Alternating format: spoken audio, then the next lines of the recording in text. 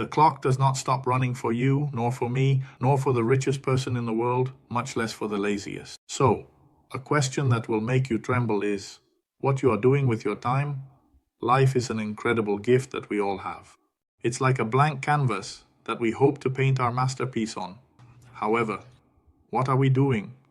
Some of us just stand there looking at the canvas with the brush in hand and don't muster the courage to start.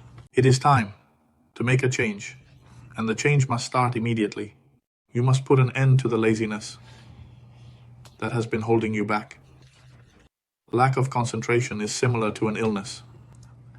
Start with a small amount of time and barely.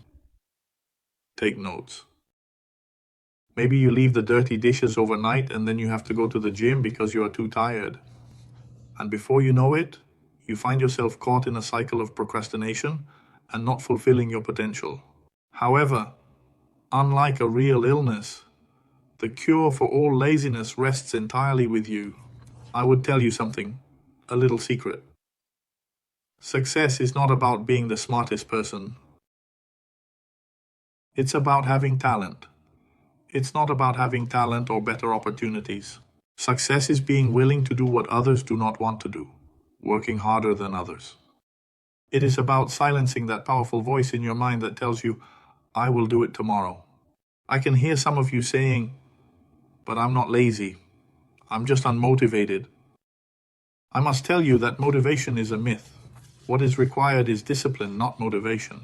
Inconsistent motivation changes constantly like the wind.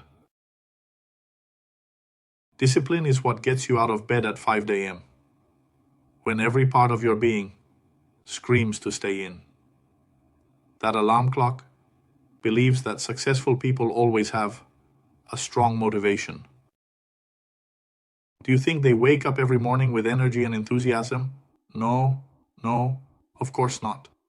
They all share the same uncertainties, anxieties, and desires for distraction as everyone else. The difference lies in the fact that they have been trained to act despite those feelings. As you can see, action precedes motivation. It doesn't work the other way around. Can you wait for an excuse? You can wait to feel motivated to start working quickly. You must start working and then find motivation. It's like jumping into a cold swimming pool. The first jump is the hardest. But once you get used to it, you start swimming.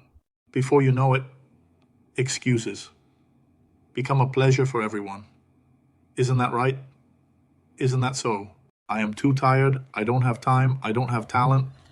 The circumstances are not right. Let me tell you something.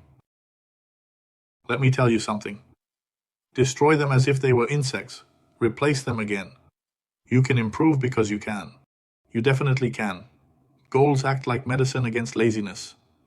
They give you direction, a purpose, one reason to fight. Your goals should scare you a little. If they don't make you uncomfortable, they are not right for you. Growth is against comfort. When you feel comfortable, you don't push yourself or exceed your limits. It doesn't exist. And that is not enough. You were born with the intention to thrive and achieve everything possible. The work consists of continuing to take those steps every day, regardless of how you feel. It is not difficult to deal with failure. We prefer not to try rather than risk failing. However, let me tell you one thing. Failure is not your enemy. It is your teacher and guide. It is the sincerity that shapes you to achieve the success you desire. Consider a child who is learning to walk. That baby will fall 1,000 times. But it's not like I say I fell 10 times. I think walking isn't for me. I might as well crawl for the rest of my life. No, of course not. So I